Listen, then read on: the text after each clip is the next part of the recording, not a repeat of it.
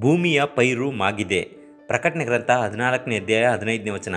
ಆಗ ದೇವದೂತನಾದ ಮತ್ತೊಬ್ಬನು ದೇವಾಲಯದೊಳಗಿಂದ ಬಂದು ಮೇಘದ ಮೇಲೆ ಕೂತಿದ್ದಾತನಿಗೆ, ಭೂಮಿಯ ಪೈರು ಮಾಗಿ ಒಣಗಿದೆ, ಕುಯ್ಯುವ ಕಾಲ ಬಂತು, ನಿನ್ನ ಕುಡುಗೋಲನ್ನು ಹಾಕಿ ಕುಯ್ಯಿ ಎಂದು ಮಹಾಶಬ್ದದಿಂದ ಕೂಗಿದನು ಎಂಬುದಾಗಿ ತಿಳಿಸುತ್ತದೆ.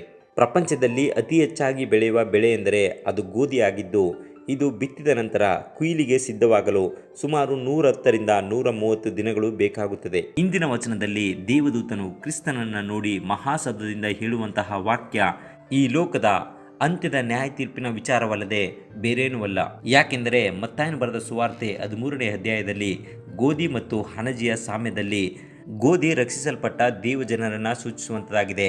ಅಂದರೆ ಕ್ರಿಸ್ತನು 2ನೇ ಸಾರಿ ಈ ಲೋಕಕ್ಕೆ ಬರುವಾಗ ಸತ್ತ ನೀತಿವಂತರನ್ನು ಮತ್ತು ಜೀವಂತವಾಗಿ ಉಳಿದಿರುವ ನೀತಿವಂತರನ್ನು ಒಗ್ಗೂಡಿಸುವುದನ್ನು ಸೂಚಿಸುವಂತಾಗಿದೆ. ಹೇಗೆ ಬಿತ್ತಿದ ಬೆಳೆ ಬೆಳೆದು ಅಂತಿಮ ಹಂತವನ್ನು ತಲುಪಿದಾಗ ಕೊಯ್ಲು ನಡೆಯುತ್ತದೆಯೋ, ಹಾಗೆ ದೇವಜನರಲ್ಲಿ ಕ್ರಿಸ್ತನ ಗುಣ ಸಂಪೂರ್ಣವಾಗಿ ಕಂಡುಬಂದಾಗ ಕ್ರಿಸ್ತನು ತನ್ನ ಜನರನ್ನು ರಕ್ಷಿಸಲು ಬರುವುದನ್ನೇ ಭೂಮಿಯ ಪೈರು ಕುಯ್ಲಿಗೆ ಮಾಗಿರುವುದನ್ನು ಸೂಚಿಸುವಂಥದ್ದಾಗಿದೆ. ಹೀಗೆ ನೀತಿವಂತರು ದೇವರು ನಮ್ಮ ಸೃಷ್ಟಿಕರ್ತನೆಂದು ಆತನನ್ನೇ ಆರಾಧಿಸುವುದನ್ನು ಮತ್ತು ಪರಲೋಕ ರಾಜ್ಯದ ಗುಣವನ್ನು ಈ ಲೋಕದಲ್ಲಿ ಕಲಿತಿರುವುದರಿಂದ 1,44,000 ಜನರು ಕುಯ್ಲಿನ ಪ್ರಥಮ ಫಲವಾಗಿ ಪರಲೋಕ ರಾಜ್ಯಕ್ಕೆ ಒಯ್ಯಲ್ಪಡುವವರಾಗಿದ್ದಾರೆ.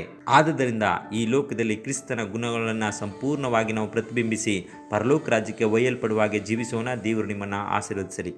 ಪ್ರಿಯ ವೀಕ್ಷಕರೇ, ಸತ್ಯವೇದ ಅಧ್ಯಯನ ಮತ್ತು ಪ್ರಾರ್ಥನಾ ಮನವಿ ಹಾಗೂ ಹೆಚ್ಚಿನ ಮಾಹಿತಿಗಾಗಿ ಕೆಳಕಂಡ ಸಂಖ್ಯೆಗೆ ಸಂಪರ್ಕಿಸಿ. ದೇವರು ನಿಮ್ಮನ್ನು ಆಶೀರ್ವದಿಸಲಿ.